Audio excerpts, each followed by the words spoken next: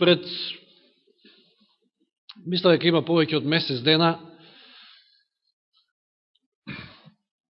одржав една тема која што се базира на една многу убава парабола од Стариот Завет, значи средбата на Давид и Натан и онаа парабола што Натан ќе му ја каже на Давид со цел да го освести за состојбата во која што се наоѓал и да го доведе до покаяние.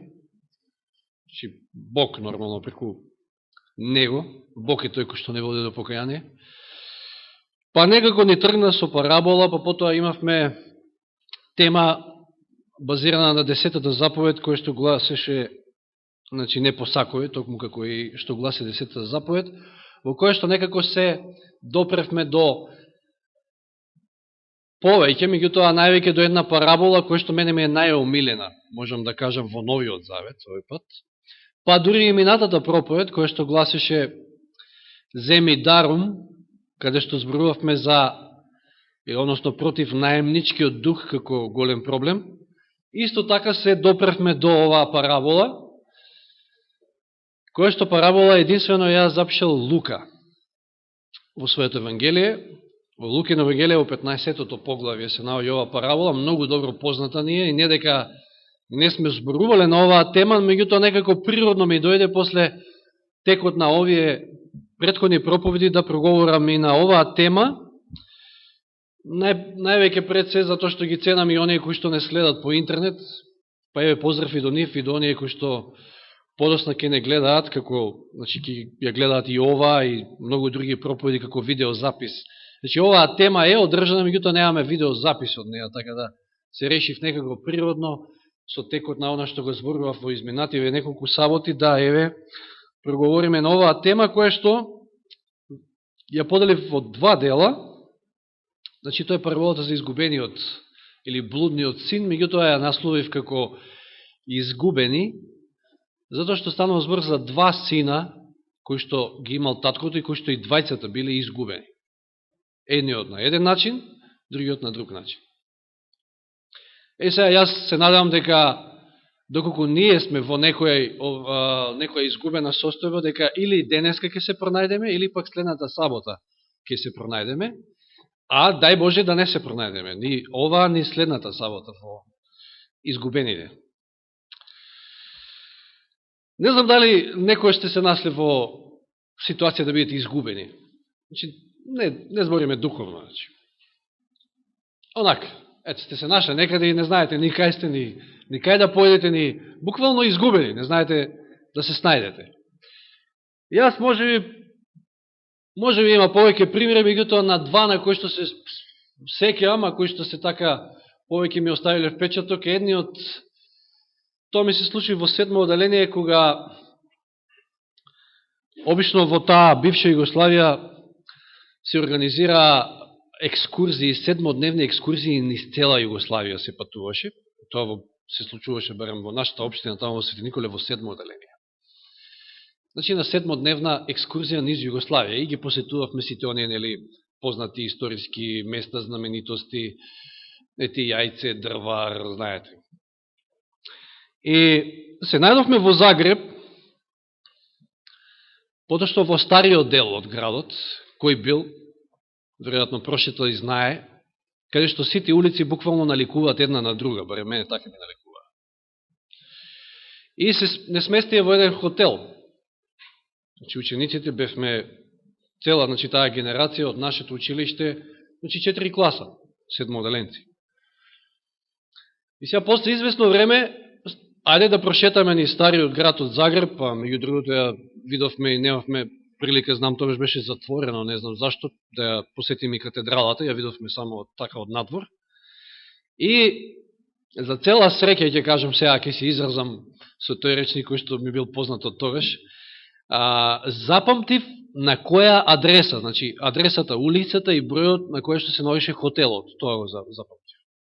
Сега излеговме во прошетка, сите. Шетавме што шетавме, јас и еден мој школски по име Тони, некако се задржавме во една од продавниците, мене ми го привлече вниманието два рекети за бадминтон. Знаете што е бадминтон, значи нешто као тенис. пластични рекети, за бадминтон, и се подзадржавме, дали претходно некој купи, па немаше, па сега ја чекавме господјата да отиде до магазинот, па да... И кога излегувам јас со бадминтон од враци и со мојот школски, никаде ги нема учениците. Ни наставници, ни ученици, ништо. Како сега да се снајдеме? Оди лево, оди десно, ви кажав, некако сите улици ми изглеdaa исти. И прошетавме така едно време, во некој правец одевме, после изгледа беше погрешниот, и ни текна, дај ние да прашаме, ни текна, значи, адресата на хотелот, кај што бевме сместени, и ги прашавме, луѓето не упатија на вистинското место, ни кажа 3 раскртници, ќе помините, па лево или како беше, и ете, фала на Бога, ќе кажам, среќа што знаевме каде да се вратиме, ама не знаевме како. Значи, бевме изгубени. Че некогаш може да знаете како да, односно каде да се вратите, значи знаете дека треба тамо да отидете, меѓутоа не знаете како. Немало тогаш ни GPS, ни ништо, мислам ни мобил, ни ништо, значи беше тоа време кога а не е многу одамно, замислите, тоа беше некде 86-та, како добро се сеќавам, кога сум бил 7 оделение. До каде дојде техниката. Сега вториот пат беше 98-ма. Кога прв пат летав со авион и ја напуштав Македонија така подалеку. Тоа беше прв пат во мојот живот. 98-ма летав Скопје Гетеборг. Имаше за чудо тогаш директна линија. Скјават едно на авиокомпанија Avio Impex, мислам дека беше тогаш. И след това авионот во Гетеборг, самото искуство ми беше посебно, знаете, ти прв пат летам. След това авионот во Гетеборг, првото изненадување беше, ми ги немат турбиците. Македонска работа. Имаше 2 лета, овој за Гетеборг беше во 12 на Плавне, а во 12:30 требаше да полета друг авион за Цирих. И моите торби во авионот за Цирих, а јас во авионот за Гетеборг. Па ќе кажам македонска работа, меѓутоа се случува, ете. Тоа беше прво што бев изненаден. Второ, оние што требаа да ме пречекат, ги немаше никаде. Задоснеле. И сега замислите си на аеродром во Гетеборг, самиот град беше на неколку километар оддалечен од аеродромот. Што да правам сега си викам? Излегувам, знаете, од тамо и читам, да, може би ќе опрочитам моето име, некаде нема ништо. Што правиме сега, си реков. И едно време така, шетав низ тоа аеродромот, не е многу, кој знае, прилично не беше голем, може да нешто поголем од тогашниот Скопски. И можда цел саат изгубив, да ви кажам, не знаев што да правам, баш изгубен бев. Едно време ми текна, си помислив, дај да фатам јас автобус, знаете, имаше линија автобуска од аеродромот до Гетеборг, ми тоа што ќе правам по Гетеборг? Не е тамо местото кај што треба да одам. Чи јас знаев каде треба да одам, не знаев како. Прв пат си во туѓа земја, каде да одам, што да правам? Англискиот мој и така. До толку ќе се снајдам, меѓутоа требаше на крајот на криштата луѓето да ме чекаат. Тоа ми беше најсигурно. И ми текна, отидов, заменив нешто долари изгледа имав, ги заменив во круна, шведска круна и купив картичка за оние телефонски говорници. Ама целиот збунет во таа состојба, значи изгубен, буквално изгубен. Ја ставам картицата и сега, знаете, обично ја бројот го знаев како да вртам од Македонија. Сега во ред, знаев дека првите цифри се оној кодот меѓународен за Шведска. Меѓутоа, никако да ми текне дека кога сум веќе таму треба да вртам и нула. Знаете, кога се кодот е без нула, меѓутоа сега, кога ќе отргнете кодот, треба и нула да ставите за позивен број. Врти, ми одговара тоа машината на шведски. Не разбирам ништо. Врти, пак ништо.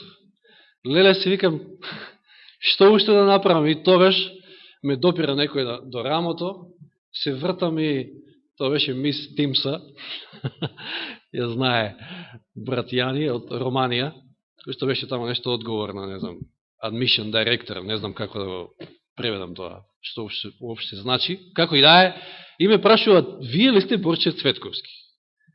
Може да мислите каква радост. И јас само реков, не знам сега, yes! До толку знаев англиски.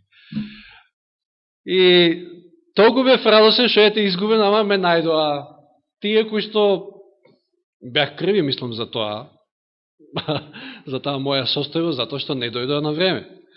Како и да, еве, веројатно вие сте може да доживеале нешто слично, помало или поголемо, да бидете изгубени. Навистина не е убава состојбата. Буквално не знаете што да правите. И во двата случаја знаев каде треба да одам, меѓутоа не знаев како да одам.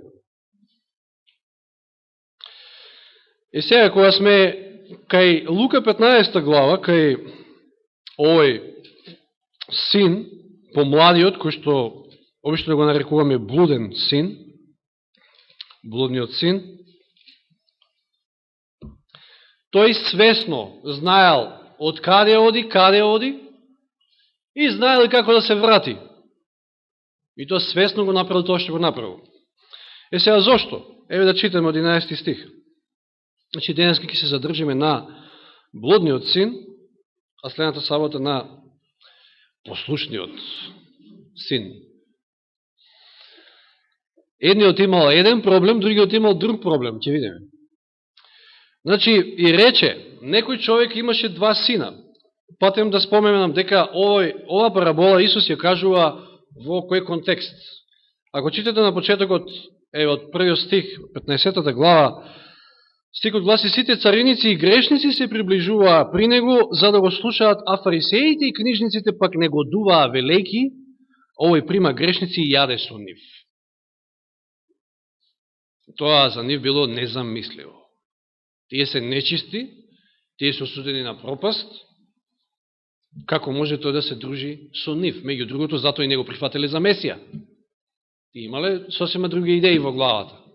И сега во тој контекст, за да им покаже на фарисеите, пред се на нив, дека Исус токму за грешниците дошол, спасителот Месијата, дошол за грешниците, тој им ја кажува првим параболата за изгубената овца, која што, значи, слично како јас, може би, во Шведска, знаела каде треба да се врати, ама не знаела како. За изгубената драхма или паричка, како сакате, која што не знаела ништо. И потоа во тој контекст и за изгубените синови. За овој првиот кажавме, знаел, многу добро знаел и каде оди и како може да се врати. Значи си бил свесен за се. И еве параболата. Некој човек имаше два сина и помладиот од нив му рече на татка си. Значи, обично помладите се оние кои што се најогалени, затоа што целото внимание е врз нив насочено, и тие се тие кои што и не се толку одговорни, и може да кажеме дека може би били во некој, што знам, тинејџерски години или малку после тоа, еве како Дејан, може би Дејан е тука близко до тие години, не знам, може би постар, како и да е, ама тука некаде. И што му текнало, увели на татка си: татко, дај ми го делот од имотот, што ми припаѓа. И таткото му го даде имотот. Односно им го раздели имотот. Пасте сега, кога ова би се случувало во едно вакво наше општествено обкружување, би си рекле, може вака да карикираме, значи да наместиме ова парабола, односно ова што синот го бара од својот татко. Не можам да чекам да умреш. Не можам да чекам да умреш. Кој ќе чека? Дај ми ти тоа што ми треба.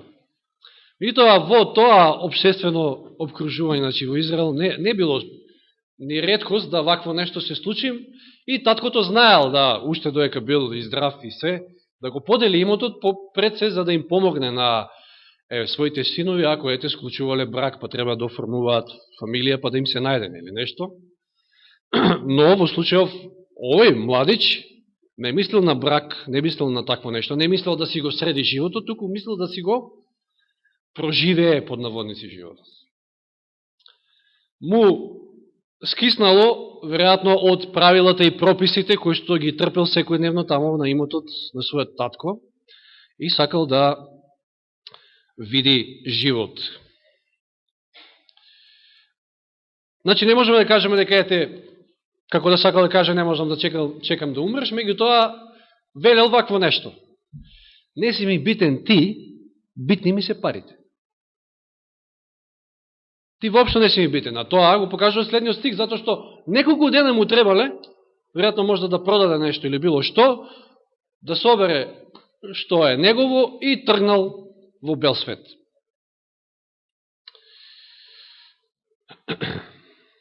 Значи, како што вели Елен Вајт, му било важно моменталното задоволство и не мислил за иднината. И за жал, младите, попоготово во денешницата, се баш такви. Во тие години, ама не може да се разберете. Значи. Тие не можат да сватат дека вие мислите добро. За нив, вашите совети се упропастување на нивниот живот, забрани кои што се непотребни. Зошто и синот заминал? Не заминал сигурно затоа што таткото бил зол. Такво нешто не стои во параболата. Значи, тој бил добар татко. Подосна ќе се види дека и тоа многу добар татко бил. Сушто тоа е сликата на нашиот Отец Небесен, кој што не љуби со вечна љубов. Но синот е проблемот. Тој сакал едноставно да се ослободи од притисокот и од зауздувањата кои што ги имало премногу во домот на неговиот татко. И можеме да кажеме на кратко, имал проблем со законот. Денеска цели верски заедници кои што го согледале тој проблем со законот, па многу лесно го решиле проблемот, го тргнале законот. Имате други кои што го решаваат проблемот на друг начин. Како и да е, едноставно сакал да се тргне и да оди што подалеку, затоа што, еве што вели, пред да премине на следниот стих и ова ќе го кажеме. Таткото им го разделил имотот, не се буњал нешто, не преговарал со својот син, го знаел најдобро веројатно каков и што е, и во тие години, колку може да мисли. И овде исто така ја гледаме и таа слободна воля што Господ нам ни ја дава. Слободен избор. Секој има слободен избор. Секој може да прави што сака. Ама не е се на добро. И една друга работа. Дали овој пример не ни кажува и нешто друго? Ако вие се молите, упорно се молите, сакате нешто, Господ знае дека тоа не е за ваше добро, меѓутоа, може ли се случи да сепак еден ден ви го даде тоа? Имаме примери во Библијата. Минатиот пат ли беше, ги спомнавме со препелиците кои што Господ, значи, ги историл буквално во изобилие, во среде пустина, затоа што луѓето сакале нешто поинакво од маната. Маната им сдосадила. Или Ваалам, сетте се на него. Запнал, ќе оди, па ќе оди. И магарето не го спречило. Такво едно искуство, значи магаре да ти проговори, и тоа не го спречило. Господ едноставно пуштил, оди. Значи Господ некојаш ќе дозволи такво нешто. Им го раздели имотот. И сега 13 стих, а по неколку дена помладиот син собра се свое, интересно, собра се, потоа ќе видиме, потроши се. Се вратил голтар. Меѓутоа, доека да стигнеме до таму, 13 стих, по неколку дена, значи, помладиот син собра се свое и отиде во далечна земја и таму го потроши својот имот, живеејќи разврат. Во далечна земја.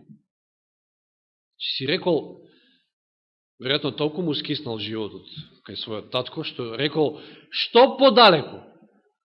Ке одам таму кај што никој не ме знае, затоа што сакам да правам што сакам, ќе одам толку далеко што таму кај што никој татко ми не го знае, за да може да му пренесе. Не сакам едноставно ништо да знае за мене. Имате такви ситуации денеска, да тинеџери во тие години може да го напуштат својот дом, готово. Не сваќајќи дека тато и мама те сакаат, меѓутоа тоа се годините, тоа е паметот можеби тогаш. Како и да е, ова е една убава слика за тоа како човек може да отиде од Бога и што му се случува во животот. И пазите, овде станува збор паралелно, затоа и парабола, за човек, за младо човечко суштество кое што израснало во црквата. Домот на Отецот е црквата. Израснало во црквата, меѓутоа му прекипело и закон, и правила, и се, и тргнал да си го живее животот тој како што сака. Значи, што подалеку? На раат едноставно да ужива. Значи, тоа што го направил од чисто себични побуди. Ево што кажува Елен Вајд. На 201-та оригинална страна или 158-та од Христови параболи, без оглед на надворешниот изглед, секој живот сосредоточен кон себе, всушност е проигран живот. Секој што се обидува да живее без Бога, ја троши главнината на животот. Знаете ли колку денеска луѓе има потрошени, буквално. Си го арчат живот. Животот без Бога е потрошен живот. Ги растура драгоцените години на своето живење, ги растура способностите на умот, на срцето и душата, работејќи сам врз својот банкрот за вечност.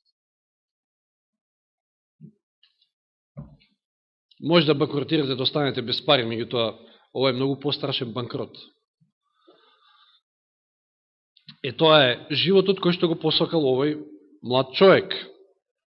И што вели стихот, значи, при крајот, отеди го потроши својот имот, живеејќи развратно. Од тамо и блуден син. Значи. Трошење на имотот значи трошење на животот, всушност. Еве да прочитаме некој стих, да видиме каков е тој живот тамо надвор. И можеме не случајно, во случајов имаме парабола на млад кој што израснал во црква, затоа што факт е дека за таквите е поголемо искушение светот. Ние сме дошли од таму, знаеме како изгледа светот, дека нема ништо. Вредно, нема никаква среќа. Меѓутоа, тие што никогаш не биле таму, за нив е поголемо искушение. Па еве, да речеме, од прилика за едно машко, како би изгледал тој живот. Каков е тој развратен живот, кај што буквално готовината што ја имаш колкава и да е, оди. И ќе дојдете на просечки стап. Сакајќи да им угодите, нели, на своите желби. Пословици 6.26. Пословици 6.26, значи сега ќе прочитаме неколку повеќе стиха во Пословици. Да ни каже оној кој што е најстручен за оваа област, Соломон, кој што се видел во својот живот, немал што немал, ама ете, на крајот сепак кажал дека се е тоа празно, се е суетно. 6.26. Зашто поради блудница човек се понижува и за парче леп. Зарам не е вака? Зашто заради блудница човек се понижува и за парче леп, додека прелюбницата лови скапоцен живот. Не пари, тотално ќе ве ограби. Пословици 21.17. Кој ја люби веселбата, станува сиромав, и кој ги сака виното и мирисливото масло, не се збогатува. Кој се збогатил одејки по кафани и по певачици? Тоа е само трошење на животот. Соломон, меѓу другото, и тоа го имал. Сеќавате? И пеачки, и музика, и веселба, и се. Лежи лебутата јадам, како беше. Пословици 23, 20 и 21. Пословици 23, 20 и 21. Не дружи се со винопијачите, ниту со месојадачите. Зашто пијаницата и изедникот осиромашуваат и дремливиот се облекува во партали. Тоа е она до што дошол овој млад човек. Дошол до парталите. Дошол до едно, значи го допрел дното буквално. Исаја 55 глава, да не отвараме што вели тамо. Не трошете ги парите за оно што не е јаде и не пие.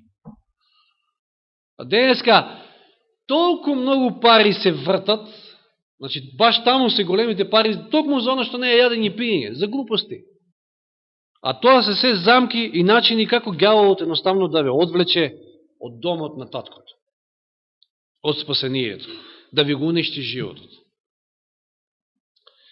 И повторно сме во Евангелието според Лука, 15 глава. Тој живот, таквиот живот, ке рече некој е сладок, па да, гревот го прави примамлив и сладок, меѓу тоа е кратко трае. И дошол крајот на тоа. Што се случува? И кога потроши се, значи видите, се собрал, патем да кажеме дека ако биле само 2 сина на таткото, веројатно добил 1/3 од имотот, затоа што постариот син, односно правенецот, добил дупло, двојно, значи 2/3 кај него, тој добил 1/3, што може да предпоставиме дека имотен бил овој татко, па имал доста парички со себе, меѓутоа дошол крајот, потрошил се. Значи не отишол во туѓа земја далеку да заработува, да печели, него да го троши. Потрошил се, па згора на тоа настанал и голем глад во земјата, значи економска криза. И сега и нема, тешко се наоѓа работа, значи. И напуштаат од работа. И што ќе прави? И се најде во скудност. Сега, може да замислиме слика, ова е општо познато, не мора, Библијата не го кажува. Колкаво ли друштво имал тој, пријатели, па женски, па не знам што, доека имал пари.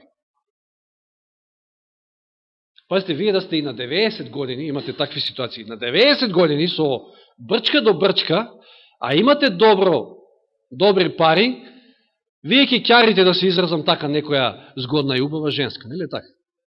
Па има такви ситуации. Зошто?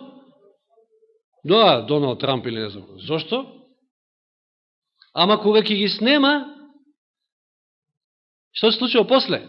Меѓу другото, во скудност се нашол, во осаменост, сите испобегале, ги нема сега пријателите. Какви се тие пријатели, која на чашката и на масата ви се пријатели, онака ги нема никаде.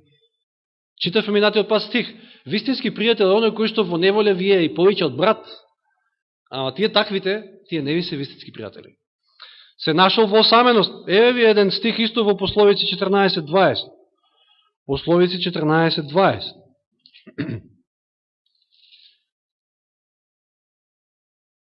Сиромавиот им е омразен и на своите пријатели. Зошто? Затоа што ностоп бара. Дај на заем, дај, немам тоа. А богатиот има многу другари. Ама не вистински. Или 19.4, се извинувам повторно Пословици, 19.4. Уште еден убав стих, сличен.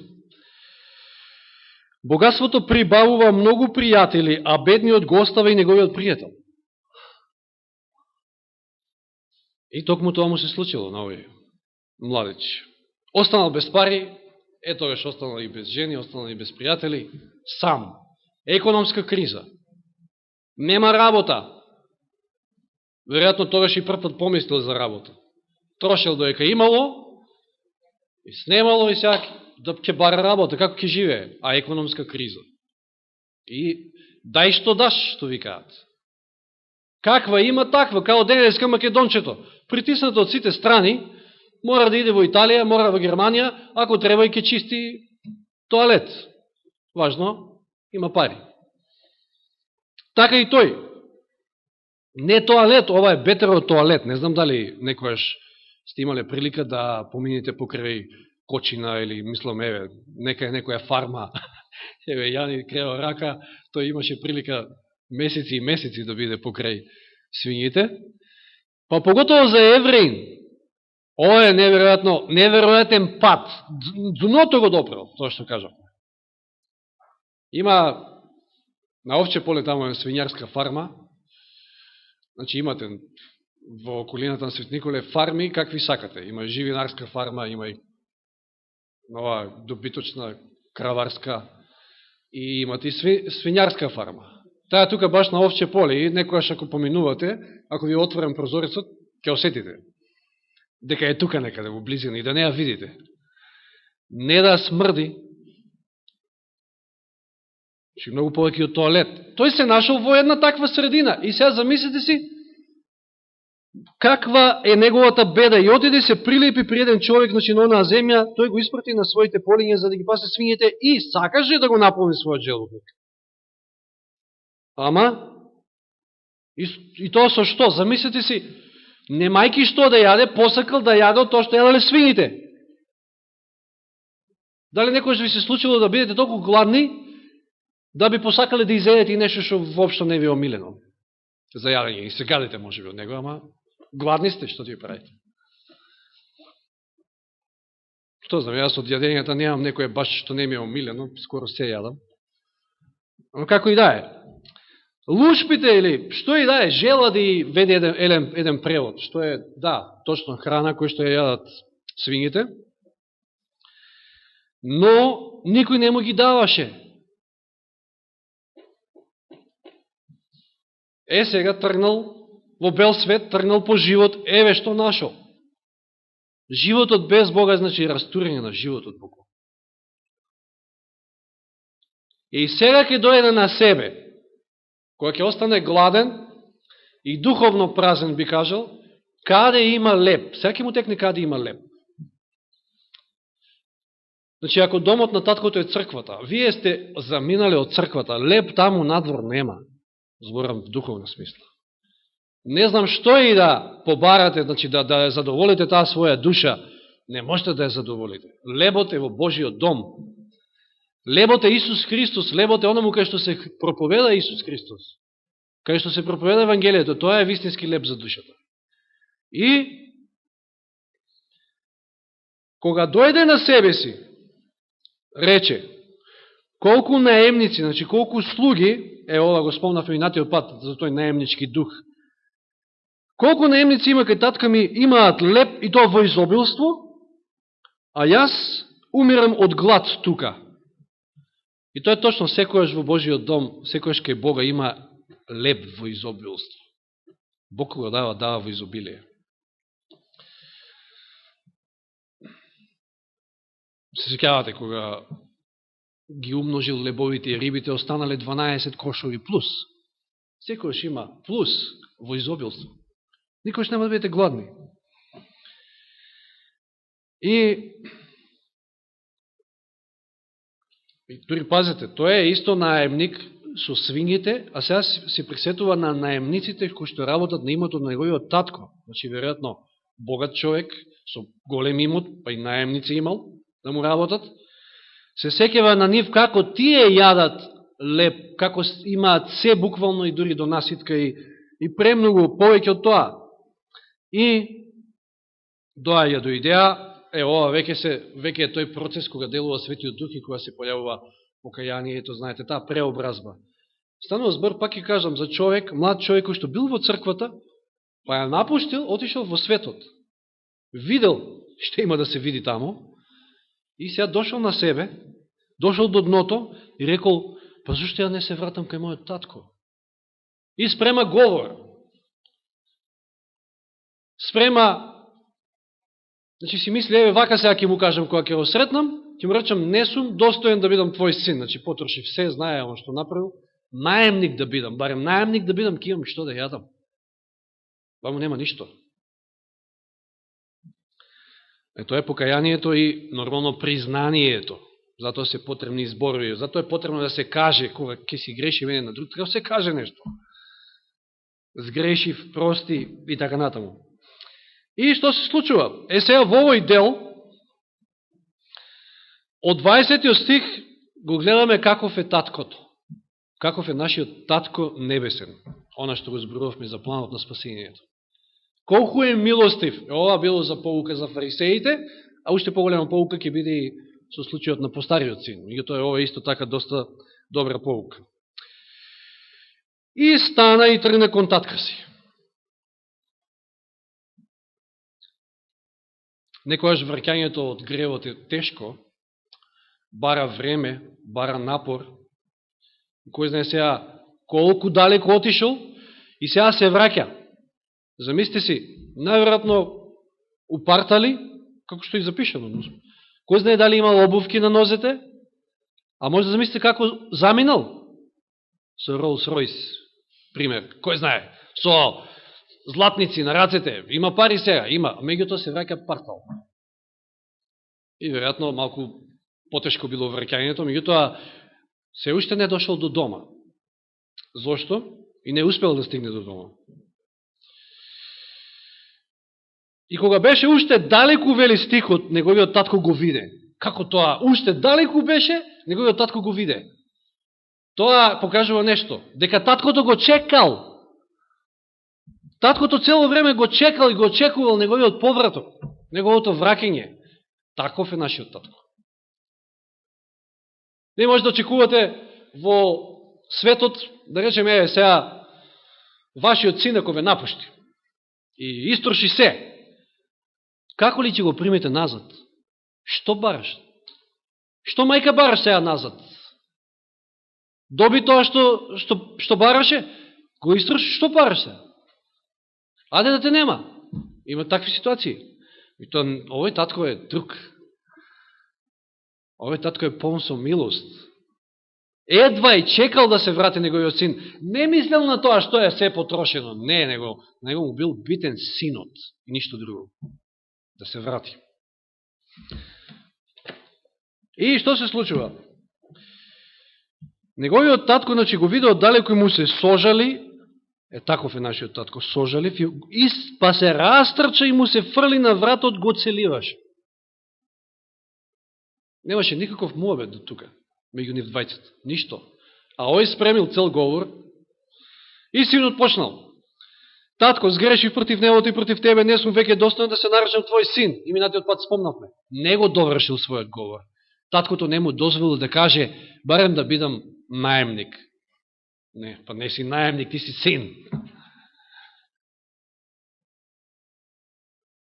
И таткото им кажал на своите слуги, бргу, донесете ја најубавата облека. Веројатно не сакал да се срами и понатека неговиот син во парталава облека. Бргу, донесете ја најубавата облека.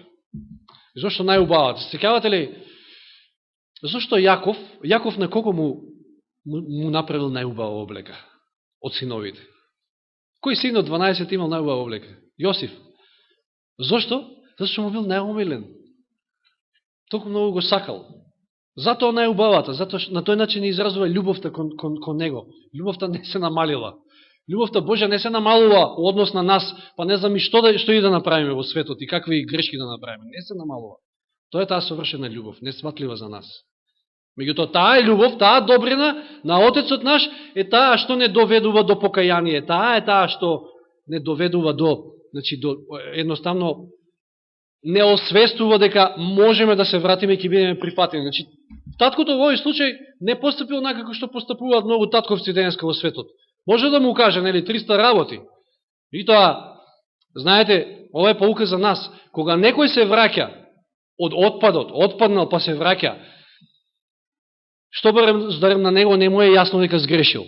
Па сега ние уште треба да му кажеме, да му дадеме лекција. Не. Битен е приемот. Битно е за него само да го прифатите. Ништо друго не е битно. А не, така ти требаше.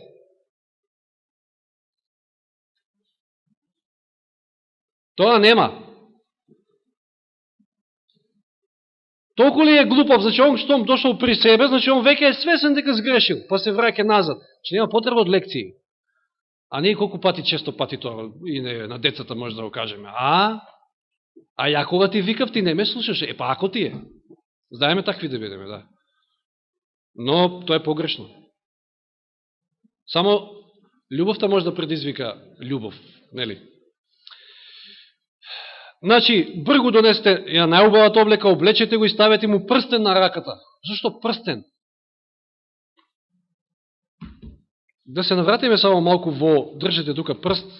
Ајде да отвориме во Битие, или прва Мојсија, 41 глава. Зошто фараонот му дал прстен на Јосиф? Власт, авторитет. Еве да прочитаме. 41 глава, 41 и 42 стих. Битие.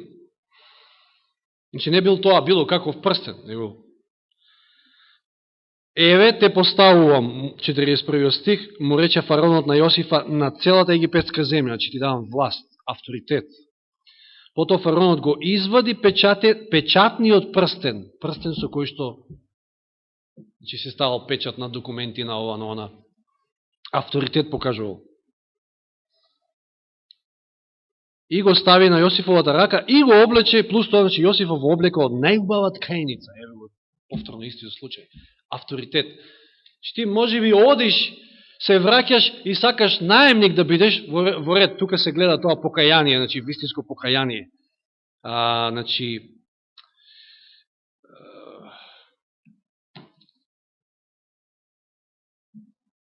не ми доаѓа зборот, меѓутоа, како и да е, тука се гледа не храброст, туку ништожност, што ја чувствува оној кој што вистински се кае. Но таткото реагира сосема поинаку. Најубавата облека прстен, затоа што ти си ми син. Никако не можеш да бидеш броен меѓу наемниците. Тоа е она што и ја не мислам дека спомна и минатиот пат, тоа е она што и во минатата проповед го зборувавме. Ние сме синови Божии. Ние не смееме да го забравиме нашиот вистински идентитет. Затоа се што е моje и твое е, како што ќе му каже на постариот син. А не треба јас да бидам наемник, да работам, па да си го заслужам и да го добијам тоа заслуженото. Како што Петар му се обратил, нели, со тие зборови на Исуса. Па ние оставивме се, сега за возврат, што ќе добиеме? Тоа е наемничкиот дух, кој што не треба да постои. И збора на тоа дотерате го изгоеното теле, значи во 23 стих читаме и заколете го да јадеме и да се веселиме. Значи сега е момент на радост, да се веселиме. Зошто? Зашто овој мој син беше мртов и оживе, беше изгубен и се најде. Фала на Бога што вака завршил овој син. Како завршил вториот, ќе видиме следната сабота, па и не ни е ни запишено како завршил, веројатно за наша поука, за да не завршиме ние. Слично. И почна вели да се веселат. И нормално е, најголемата веселба е кога еден грешник се кае. Ева е поуката до фарисеите. Еве зошто јас дојдов и еве зошто се дружам со грешниците. За да ги доведам до покаяние, за да ги доведам до спасение. Затоа што спасението не е само за вас евреите, спасението е за сите. Исус не дојде да даде животот само за евреите, туку за сите, затоа што сите сгрешија и се лишени од славата Божја.